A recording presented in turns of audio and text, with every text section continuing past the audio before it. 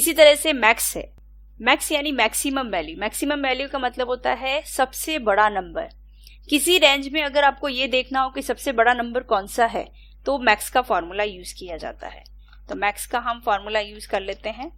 इसी रेंज में अगर हमें देखना है कि सबसे हाईएस्ट मार्क्स कौन से हैं या किस सब्जेक्ट में है, तो हमने ये रेंज सेलेक्ट कर ली। सबसे हाईएस्ट मार्क्स जो है वो 95 है, या आपने सारे स्टूडेंट की लिस्ट निकाल ली है। अब आप ये देखना चाहते हैं कि हाईएस्ट परसेंटेज किसके हैं, तो मैक्स के फॉर्मूले से हम निकाल सकते हैं।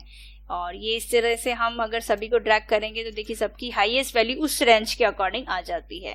यहाँ पे जैसे 95, तो इस रेंज में सबसे हाईएस्ट वैल्यू थी 95, इस रेंज में सबसे हाईएस्ट वैल्यू थी 69। तो इस तरह से हमें उस रेंज में ये पता चल जाता है कि सबसे मैक्सिमम वैल्यू कौन सी है। या आपके पास डिपार्टमेंट की सेल का दे रखा है कि इस डिपार्टमेंट ने इतनी एक पर्टिकुलर प्रोडक्ट की इतनी सेल की है, तो उस सेल को हम ये देखना चाहते हैं सबसे हाईएस्ट सेल कौन सी है या हाईएस्ट नंबर कौन सा है, तो हाईएस्ट नंबर मैक्सिमम वैल्यू से पता चल जाता है।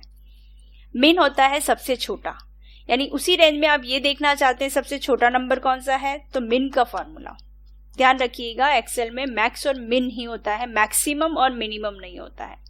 ये हमने लिया मिन और ये हमने सेलेक्ट कर ली रेंज, क्लोज किया, एंटर किया। देखिए 25, यानी सबसे छोटा नंबर उस रेंज में 25 है। और इनको भी अगर हम ड्रैग करते हैं तो बाकी रेंज में से भी आपको ये पता चल जाता है कि सबसे छोटा नंबर कौन सा है। तो इस तरह से हम कई सारे फॉर्मूले यूज करके एक्सेल में अपना काम को काफी इजी कर सकते हैं। जो अगर हम मैथमेटिक्स तरीके से करें तो थोड़ा सा लॉन्ग मेथड होता है, लेकिन हो तो वो भी जाता है। लेकिन एक्सेल में अगर हम एक्सेल यूजर हैं तो हमें एक्सेल में ये सारी चीजें फॉर्मूले के साथ काफी इजी रहती है।